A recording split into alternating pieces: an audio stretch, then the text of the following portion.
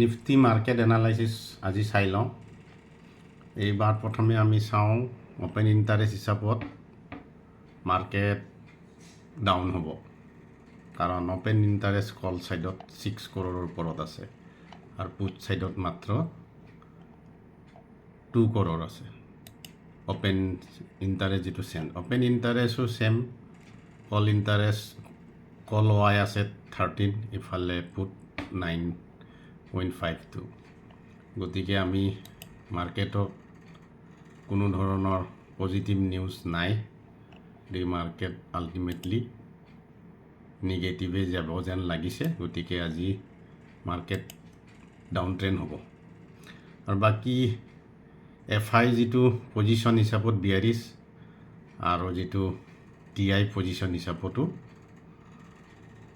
বিয়াৰিছে দেখাই আছে, মাইল্ড বিয়াৰিছ। গতিকে ডাউন হ'লেও ইমান এটা ডাউন হ'ব নালাগে, এইটো যিহেতু পজিশ্যনে কৈ আছে। গতিকে আমি সেই হিচাপত ট্ৰেড ল'ম। বাকী আমি হেৰিত যাওঁ এতিয়া, আমাৰ বৰ্তমান পজিশ্যনত কি হৈ আছে সেইটোত চালে গম পাই যাম।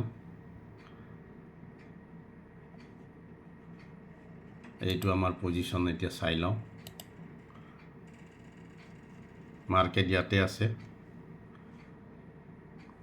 আপোনাৰ 24,500ত ডাঙৰ ৰেজিষ্টেঞ্চ আছে। গতিকে 500 যাব নোৱাৰে আৰু ইফালে 300। গতিকে মাৰ্কেট 500, 24,300 আৰু 500ৰ মাজত যদি ওপৰলৈ যায় তেতিয়াহে আপ ট্ৰেণ্ড হ'ব, আৰু যদি 300 গুচি যায় তলত কিন্তু 24,000তহে ডাঙৰ ছাপৰ্ট আছে। গতিকে এইটো হ'ল ৰেঞ্জ।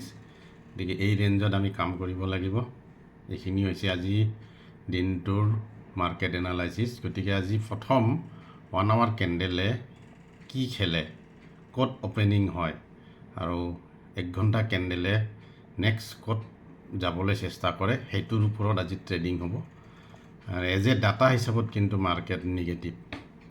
গতিকে আমি নিগেটিভ মাৰ্কেট হিচাপত ছাইডৱে টু বিয়াৰিছ বুলি ভাবি ট্ৰেড লোৱাটো বেছি ভাল হ'ব।